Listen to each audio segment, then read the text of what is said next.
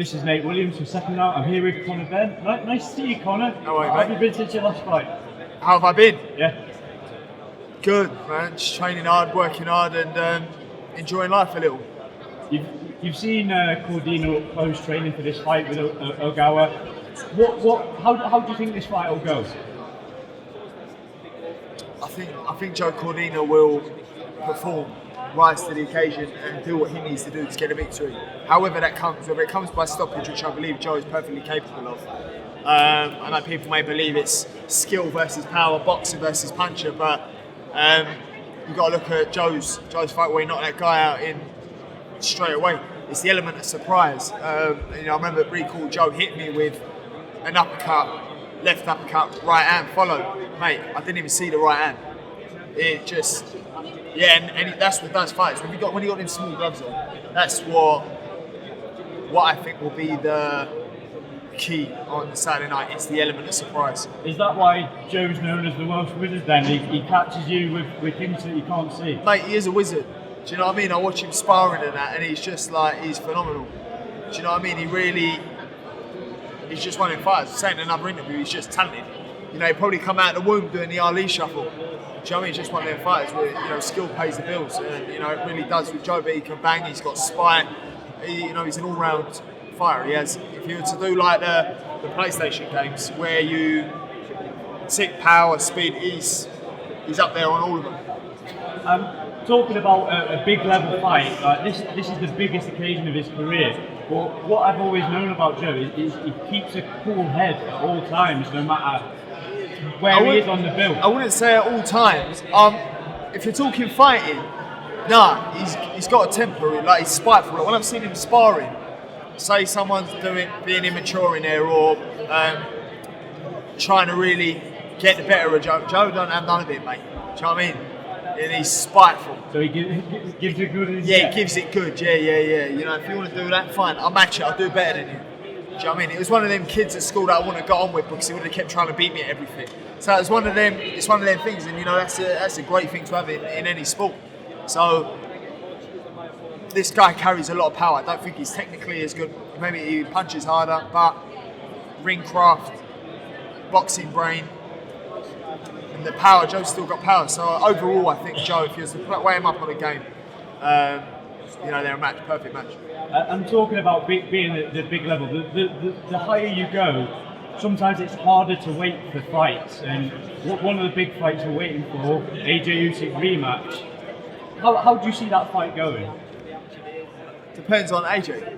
The whole fight depends on AJ and what AJ do. I think if AJ has the right approach to the fight, he can win the fight. Well capable. It's just a matter of him sticking to whatever tactics it is and game plan that he's got. I don't think outboxing Usyk was the right strategy. And going on to yourself, is there any update on a potential clash with Keith Thurman? I'm still waiting. I know Jose Ramirez turned down an offer, so... Sorry, who turned down? Jose Ramirez. Jose Ramirez turned down an offer? Yeah. Well, his team did. So, we just got to wait and see.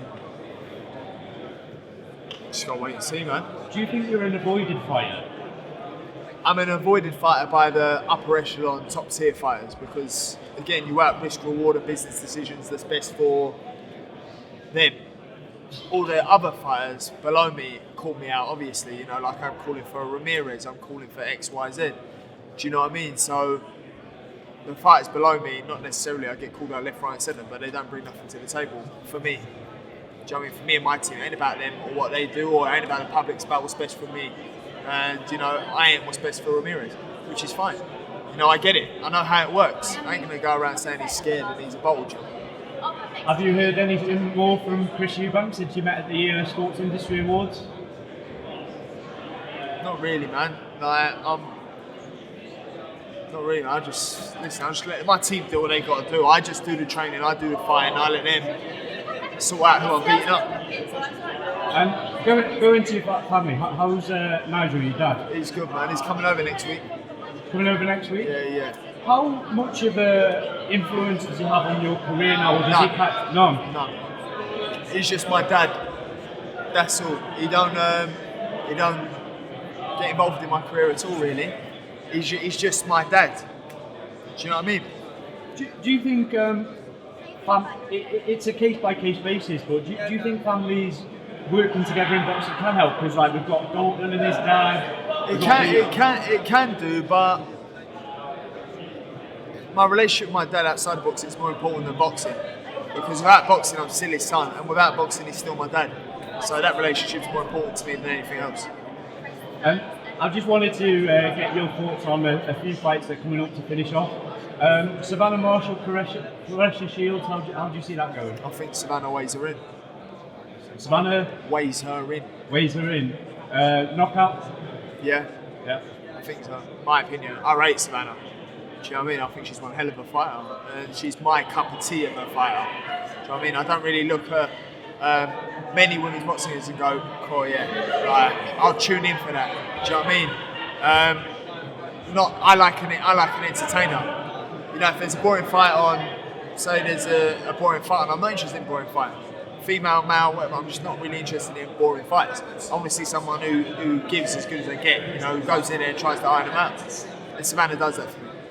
And another big fight that people are looking forward to in September, Canelo Golovkin 3.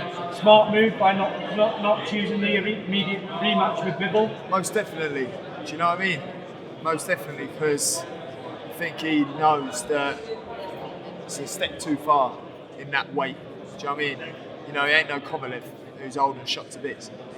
Bivol's a young, hungry fighter. But then, to be fair, I thought Canelo was going to get him out of there. So that's my prediction, Rob. And finally, going back to yourself, how long do you want to wait for a fight? Listen, I'll fight over 2-3 months if I can, but realistically we're looking at like September. September? Yeah. Near the Canelo Golovkin gate? Or When's that? September 17th. No, mine's either like 10th or 3rd, something like that. So a week before that Yeah. fight. Well, I wish you all the best, Conor. Thanks for speaking to us. Pleasure.